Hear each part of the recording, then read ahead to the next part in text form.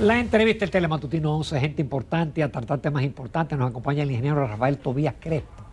Él es miembro de la dirección política de la Fuerza del Pueblo, diputado, y es delegado por la oposición ante el Consejo Nacional de la Magistratura y autor de la Ley de Tránsito, entre otras leyes. De la Dirección Central. De la Dirección Central. Sí. Buenos días, bienvenido. ingeniero. Buenos días, Jacqueline. Buenos días, Tobías. Afortunado de compartir con usted en esta mañana y agradecido de compartir los temas, que son muchos, de verdad que tenemos muchos temas. Ojalá el tiempo nos dé. Ojalá el tiempo nos dé. Pero yo quiero aprovechar al experto en comunicaciones que trabajó muchísimos años en una telefónica privada, con lo que denunció el doctor Leonel Fernández de que la empresa de los semáforos, la Transcor Latam, que yo no quiero acordarme de ese nombre. Es decir, y bonito que es, mira, sí, suena bien. No solamente ellos tenían cámaras para captar, la cámara es para captar una violación de la ley, ¿no? Ayuda a veces hasta para cuestiones de tipo criminal, pero parece que ellos iban más allá y hay una especie de servicio de espionaje. Sí. Es decir, eso es posible. Tecnológicamente, explíquenos. Sí, mire, el Centro Inteligente de Control de Tráfico, que estuvo, no sé ahora dónde está instalado, porque hubo una denuncia que hasta lo movieron de ahí, lo llevaron los servidores a otro punto, posiblemente donde el presidente Fernández hizo la denuncia de que están los nodos en la Lope de Vegas. Entonces fue iniciado en el gobierno de Leonel Fernández, su primer gobierno, 1999, cuando se construyó el túnel de la 27, se construyó el bulevar, ustedes recuerdan, y al lado hubo un edificio. Yo gestioné ese centro por 6 años, es un centro que está conectado las intersecciones semafóricas por fibra óptica, pares de cobre, detectaba en ese momento a través de una espiral el flujo vehicular, qué cantidad de vehículos pasaban recto, qué cantidad giraban a la derecha, a la izquierda, el tipo de vehículo, si era motocicleta, liviano, pesado, es lo que le llaman un estudio de aforo, porque esos centros se utilizan para una ingeniería de tráfico y a través del estudio de aforo dinámicamente asignar los tiempos que requiere cada intersección y gestionar y eficientizar el uso del tránsito. Pero en este gobierno se le adicionó a ese centro conexiones de cámaras que en teoría iban a ser para monitorear la placa de los vehículos y la fotomulta según las expectativas que tenía el Intran por los anuncios que yo vi. Se le agregó esa cámara que no solamente la cámara te hace también lo que hacían las espiras, el estudio de aforo, pero ya de manera óptica, también te cuentan la cantidad de vehículos, te puede tirar la foto de la cámara, poner la fotomulta, pero también el sistema tiene lo que le llaman analítica de video, que esa analítica de video puede tener información del conductor, biométrico y extraer datos que no necesariamente son de los vehículos, sino también de las personas. Y se le agregó a eso, según los anuncios del propio Intran, del que dirigía anteriormente, que pidió una licencia y lo cambiaron, inteligencia artificial. Es decir, ellos anunciaron la introducción de drones, de una cantidad de drones, no recuerdo la cantidad de drones, y también inteligencia artificial.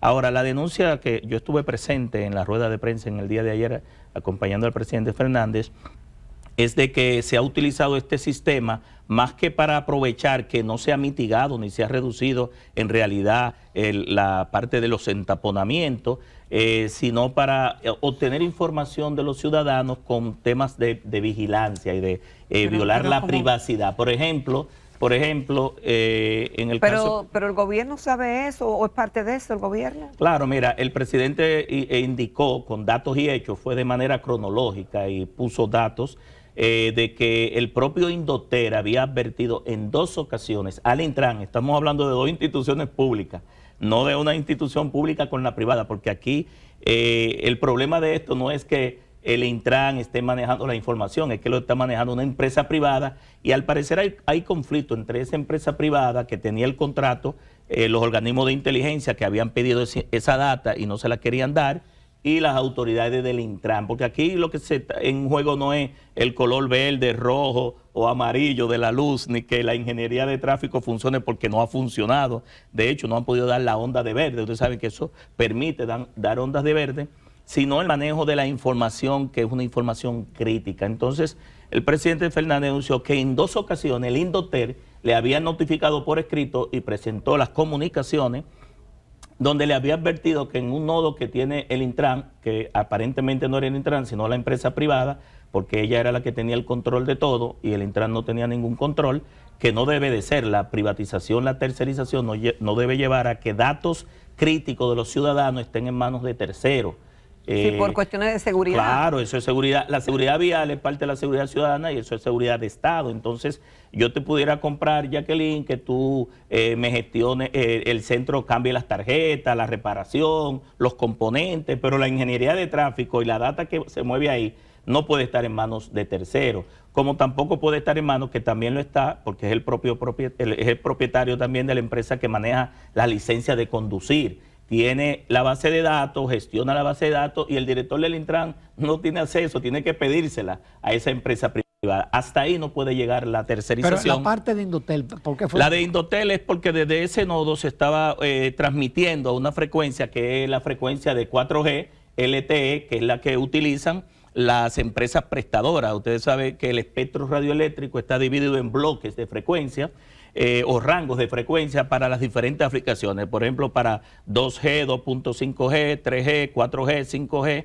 y ahora 6G, que también están las aplicaciones. Cada una de esas bandas tiene asignado un rango de frecuencia. Y desde esos nodos, el Indotel le había advertido al Intran que estaba interfiriendo con las telecomunicaciones de las prestadoras, porque esas prestadoras tienen una licencia para operar en esos rangos y entonces al parecer desde ahí se estaban captando información sobre los teléfonos móviles, más que de los vehículos, los teléfonos móviles de nosotros, y eso se puede porque es información que se extrae del mismo teléfono y posiblemente ¿con qué objetivo? No sabemos. Mira por qué, Jacqueline, generalmente esos nodos que están en aplicaciones de ese tipo no requieren una licencia, trabajan en lo que le llaman el rango de online, es decir, no licenciado, y donde trabajan otros equipos compartiendo el mismo ancho de banda o el mismo espectro de frecuencia. Pero cuando ya tú instalas un nodo a transmitir en las mismas frecuencias de la red celular, es porque ahí tú estás captando todas las llamadas y todos los teléfonos, aunque estén codificadas y encriptadas y autenticadas, pero puedes estar accediendo a información de los teléfonos móviles que van pasando por ese punto, por esa localidad. Esas son las denuncias que se hicieron ayer con datos y hechos y que le corresponde al Indotel aclarar, al Intran y sobre todo al Ministerio Público, que no ha accionado. Aquí ha habido gente que está durmiendo, que debería dormir con ropa, y el Ministerio Público no ha accionado desde hace más de un año. Esto empezó desde el año pasado. Desde el año pasado ustedes saben que hubo el escándalo que le llaman el Intran Gate, donde denunció una empresa y otras empresas más. Va a ser un año ahora en octubre. Sí, claro, claro. Entonces, desde allá para acá ha llovido mucho. Aquella vez se había cancelado la licencia, se le había eliminado el registro proveedor y hasta se había anulado el contrato. Es decir, compras y contrataciones, no solamente había suspendido el contrato, había primero indicado al Intran que investigue la licitación. El Intran se negó y muy por el contrario. Fue más allá, le dijo a compras y contrataciones que reconsiderara la decisión de suspender el contrato, defendiendo ese contrato, como dicen, a regañadientes, ¿verdad? Y en definitiva tuvo compras y contrataciones que anular el contrato. Aún así anulado, esa empresa seguía hasta hace 2 o 3 semanas que hubo el sabotaje y tumbó gran parte, creo que alrededor, primero 25, después 55 intercesiones, y eso creó un entaponamiento y un caos durante los días 28, 29 y 30 del mes pasado, que los ciudadanos estuvieron postrados ante un conflicto, primero de interés y segundo, de algo que nunca debió ocurrir. Se suponía que ese contrato tenía 1 año de cancelado y todavía la empresa tenía acceso a toda la información, y eso es lo que tiene que explicar el gobierno. Yo creo que aquí el Ministerio Público debería, con todos los datos, las evidencias, fuera del problema del contrato, que pudiera estar, ¿verdad?, en el Tribunal Superior Administrativo y en los temas judiciales. Lo que hizo Milton accionar, Tobías fue peor. Pero él asumió el control y al día siguiente dijo quiénes fueron los responsables del apagón. No, pero los responsables del apagón lo anunciaron 2 días antes y el sábado siguiente se burlaron del país tirando otro Twitter. Es decir, quienes apagaron, el gobierno sabe quiénes apagaron. Eso se anunció 2 días antes. El miércoles se había anunciado que se iba a pagar y se apagó. Es decir, que también fue un desafío al propio Estado. Entonces, Milton Morrison, queriendo proteger, porque aquí hay vacas sagradas muy poderosas y orden superior, ¿verdad? Porque para que ese contrato siguiera produciéndose, tenía que ser alguien por encima de todo el mundo. Lo que dijo fue que volvió a decir que se cancelara el contrato, algo que ya había estado indicado. Pero que Intran tomara control de la red de semáforos. Peor aún, el Intran le manda una carta a Transcorp Latam diciendo que ellos habían pactado y acordado ciertos aspectos. Es decir, que el Intran vuelve y mete la pata, como dice, ¿qué va a pactar y qué va a acordar Transcorp Latam con el Intran si se suponía que un año antes ese contrato no debía estar en ejecución? Entonces, ¿qué pactó Milton Morrison o el Intran? Yo digo Milton Morrison porque él ha asumido este problema que no lo generó él, pero tiene que darle la cara y darle el frente porque es un funcionario designado para eso, y en ese sentido tiene que explicar el por qué en una carta le envía a Transcorp Latam que ellos pactaron si se suponía que esa empresa no debía tener el control. Es decir, aquí hay muchas cosas que están difusas, que están opacas, y que el presidente Luis Abinader tiene un buen caso, y esto no requiere de que se modifique la Constitución, que el procurador sea independiente, que el Ministerio Público, porque es el mismo Ministerio Público que ha estado iniciando los sometimientos de gobiernos anteriores. Entonces, aquí ha habido todo el mundo está lavándose las manos, el Ministerio Público no ha accionado y debería poner la acción pública. Nos vamos a una pausa, volvemos ya con otros temas con el diputado Tobías Crespo. Continuamos esta mañana en Telematutino 11 conversando con el ingeniero Rafael Tobías Crespo, quien es diputado en la circunscripción número 2 del partido Fuerza del Pueblo y es el representante, el delegado ante el Consejo Nacional de la Magistratura. Tobías, yo vi declaraciones tuyas conjuntamente con otros legisladores que se quejaban amargamente de la Cámara de Cuentas.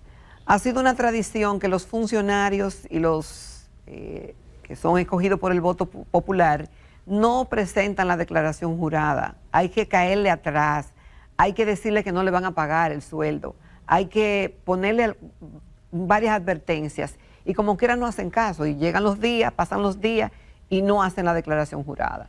Lo propio ocurrió ahora, que de muchísimo no pudieron presentar la declaración, pero tú te quejabas conjuntamente con otros legisladores como que la Cámara de Cuentas se ha excedido y que está pidiendo más cosas de la cuenta. ¿Cuál fue tu experiencia y por qué, si se quiere hacer una declaración transparente, por qué cierta resistencia a proveer algunos datos e informaciones personales? Bueno, en primer lugar, nosotros estamos de acuerdo con la transparencia. Hemos hecho, creo que 5 declaraciones juradas. En el 2004, cuando me designaron director de tránsito, cuando salí en el 2010, ahí entré a diputado, me sirvió de entrada y salida, y luego posteriormente en el 16, en el 20 y ahora en el 24. Si esta es nuestra 5ª declaración jurada, nunca hemos excedido el plazo, siempre lo hemos hecho dentro de los plazos, no me han tenido que retener mi salario, ni sancionar con salarios mínimos, como dice la ley, ¿verdad? Porque la ley tiene sanciones para aquellos funcionarios, tanto electos como designados.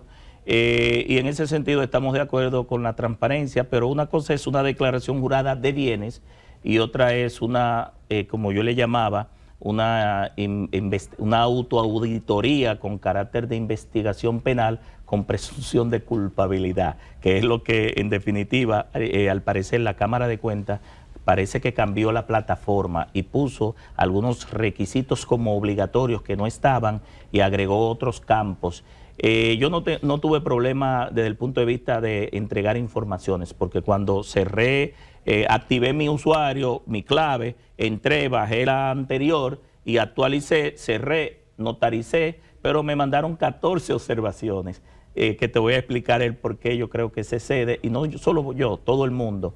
Y empecé a trabajar aquellas observaciones que me pedían, incluso me estaban cuestionando de certificaciones que dan los bancos sobre nuestras cuentas y nuestras tarjetas que no están ahí y un poco que van más allá sobre la fecha de emisión, los balances y todo lo demás. En el caso específico, ellos estaban pidiendo que uno tenía que subir la fotocopia de la cédula de todos sus hermanos.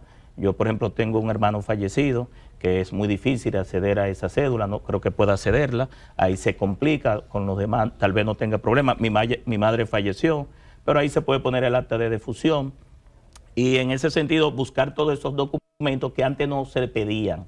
Es decir, la pregunta es una declaración de datos y ahora uno preocupado con las instituciones buscando datos más de la cuenta de lo que de los individuos, uno llama más a preocupación. Y sobre todo porque supe que la consultora jurídica de la Cámara de Cuentas, su esposo es el director de gabinete de la Procuraduría, que yo creo que ahí debería haber una incompatibilidad. Entonces, ¿para qué nos están pidiendo, por ejemplo, qué consumo yo en mis tarjetas de crédito, los balances? No es el consumo de la esposa. El de la esposa. ¿Qué hacen los hermanos? Lo mismo que me pidieron a mí, le pidieron a mi esposa. Yo soy el sujeto obligado de derecho de declarar y yo soy el PEX. El PEX es la persona políticamente expuesta y por ser electo yo tengo que hacer mi declaración. Pero llegar a pedir los balances de la esposa de uno, pero también pidieron todas las fotocopias de las hojas de los pasaportes para saber a dónde tú viajas. Entonces, eso como que no es la función de la Cámara de Cuentas, que si tú tienes Credimás, el límite, que no coincide el límite de aquí con allá. Entonces, ¿cómo yo cuestiono una certificación que me da el banco? Que a nosotros nos atendieron bien. Quiero resaltar que el domingo yo fui y me atendió una joven, una empleada que se llama Silverio, nos brindó café, agua, nos atendió de manera muy exquisita. Pudimos completar todo el proceso porque todavía el domingo me faltaban 3 observaciones más que pudimos completar. Entonces, ha sido un poco difícil. Y eso que tú eres un tipo digital. Sí, yo soy digital. Pero le puedo decir que el mismo domingo, el presidente de la Cámara, que nosotros no manejamos recursos, quien maneja recursos es el presidente de la Cámara, el presidente del Senado, los ministros. Aquí hay ONG que manejan más recursos que cualquier ministro, incluso de los fondos públicos, ONG históricas que manejan 400 millones de pesos al año. Y yo preguntaría si le piden esa tanta data como nos están pidiendo a nosotros. Entonces, desde el punto de vista del presidente de la Cámara, ¿qué dijo ayer el presidente de la Cámara? Si es el presidente de la Cámara que dijo que nunca en su vida, y él ha sido funcionario electo del 84, Alfredo Pacheco, que había tenido tanta dificultad y se le habían puesto tan difícil como ahora. Y dijo que él tenía un equipo trabajando con su declaración. Imagínate si él tenía un equipo y yo soy solo, que tú me dejas a mí, que yo no tengo esa capacidad de recursos que tiene el presidente de la Cámara. Esas declaraciones están ahí, no las dije yo. Las dijo él en un consejo de ministros el domingo en Santo Domingo Este. Si él tenía un equipo preparado y se le había hecho difícil. Imagínate a un regidor, a un vocal, a un alcalde. Hasta un vicealcalde, un director municipal tiene que presentar. Pero yo le pregunto, ingeniero, por ejemplo, la Cámara de Cuentas es un órgano de control externo, lo que le llaman ex post, no es antes. Es decir, antes la Contraloría General de la República. Entonces, toda esa validación de información, todo ese cruce, es una función que ellos deberían hacer. Yo aquí hago una recomendación, porque yo soy de las personas que hago las observaciones, hay gente que lo ve como una crítica, sí, pero también las recomendaciones. Lo que debería ocurrir es que nosotros, antes de juramentarnos, que no ocurre con los ministros, porque muchas veces los ministros lo nombran el mismo 16 de agosto, y los directores, pero nosotros somos electos 3 meses antes, que nosotros tengamos que entregar un mes antes y nos den un espacio de un mes de subsanación de aquellos elementos porque el dominicano deja todo para último también. Yo digo el dominicano porque todos somos dominicanos. Si la fecha es el 16 de agosto o el 16 de septiembre, lo dejamos para la placa, para los impuestos, es decir, dejamos casi siempre todo para último. Entonces, que le den espacio, que sea obligatorio un mes antes y un espacio de un mes para subsanar.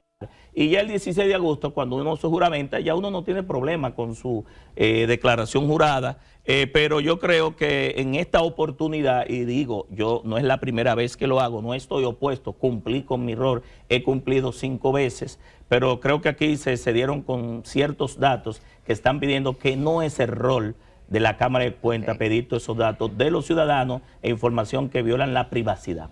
En los pocos minutos que nos queda, porque esta es una noticia importante, ¿qué opinas de la reducción de instituciones, fusiones y el plan de austeridad? Bueno, el gobierno yo espero que cumpla con su rol, porque al final lo que se está buscando supuestamente debería buscarse aparte de la reducción de los recursos, que ellos hablan de 25.000 millones de pesos, y en la reforma fiscal andan buscando de 100.000 a 125.000 adicionales, es que la eficiencia y la eficacia de las instituciones se den. Y lo digo porque este gobierno anunció en el 2020 unificación de instituciones por decreto, algunas por ley, se dieron, y hoy esas instituciones tienen más nómina y más gastos que las anteriores. Me explico de manera rápida. Punta Catalina, cuando este gobierno entró, tenía 83 empleados. A los 2 años tenían 385. Pero si tú ibas, por ejemplo, a la CDE, que supuestamente fue eliminada y fundida con el Ministerio de Energía y Minas, y se redujo supuestamente la UERS. ¿Tú recuerdas la UERS? Que era la Unidad de Electrificación Rural y Suburbana, que se eliminó por ley. No, hace como 2 años trabajamos una ley que se eliminó. Yo trabajé en esa ley. Pero al final lo que se convirtió fue en un departamento, siguió y hay más. En este gobierno, en 4 años, ellos han entrado, y aquí dice Jochi Vicente que van a congelar la nómina. Claro, la van a congelar después de haber metido en 4 años 116.000 empleados públicos. Es decir, la nómina ha crecido del 2020 al 2024, pero agréguele a esos 116.000 empleados públicos que ha abultado la nómina y los gastos corrientes como ningún otro gobierno. Este gobierno anunció, dicho por el director general de pensiones, que ha pensionado lo que ningún gobierno ha pensionado en su historia, 130.000 pensiones. Eso es carga para el Estado, pero no son pensiones, muchas de ellas. Nosotros no estamos opuestos a las pensiones, ni tampoco estamos opuestos a la facultad constitucional que tiene Luis Abinader y cualquier presidente de dar pensiones solidarias a ciertos sectores que la merecen. Es que han relajado las pensiones. Eso más que pensiones, fue una nominilla. Había que ser miembro del PRM y fueron distribuidos por presidentes de zona. Es una nominilla de por vida. Sí, eso es el problema que carga el Estado al Ministerio de Hacienda y a pensiones, pero pensionaron a su gente. Gente que nunca había dado ingeniero ni un golpe de carácter. Sin embargo, ahí hay gente del IDSS y de muchas instituciones que no le han alcanzado las 360 cotizaciones que le exigen, ¿verdad? Para poder ser pensionado, que creo que es el equivalente a 30 años de servicio, y que se levantaban a las 5 de la mañana, a las 6, a coger carro público, y todavía muchos, disculpen la expresión, muchos envejecientes, ¿verdad? Personas maduras que están haciendo fila ya en pensiones para que le llegue una pensión y no le llega. Entonces no son pensiones, realmente eso se ha relajado, y lo digo de manera muy responsable porque son 130.000. El año pasado pusieron en la nómina 20.000 pensiones solidarias de a 6.000 pesos cada una. Eso representaba una carga nada más de esas de 1.440 millones en ese año adicional, las de 6.000, pero han dado pensiones de 100.000, 85, 75.000, muchas de ellas en la campaña para cooptar diputados, senadores, alcaldes de la oposición, le daban pensiones solidarias aparte de empleos, y eso fue denunciado por la oposición. Entonces, ojalá la filosofía y lo que quiere el gobierno con esta reducción, unificación de instituciones, se haga una realidad, porque lo que hizo con el CEA y bienes nacionales no fue así. Y eso está ahí de este mismo gobierno. Lo que hizo con la CDE, el Ministerio de Energía y Minas tampoco, con Procomunidad tampoco. Lo que cambiaron fue la nómina. Cambiaron compañeritos de un color por otro y la abultaron. Es decir, si encontraban en la nómina, por ejemplo, 300 empleados, hoy están en 1.200. Es decir, eso es lo que ha ocurrido en los anuncios y la realidad de estos últimos 4 años. No estoy opuesto a la fusión. Recuerden que la ley 6317 nosotros eliminamos, eran 12 instituciones en el transporte, eliminamos la OTTT, la DGTT, el FONDE, el CAL, la Caja de Jubilación, y está trabajando el Intran. Entonces no estamos opuestos porque eso debería llevar eficiencia, eficacia, evitar duplicidad y triplicidad de funciones, pero en la práctica lo que hemos visto en estos 4 años es que no ha sido así. Ojalá se cumpla, porque eso al final es un anuncio de los que no viene con la reforma fiscal.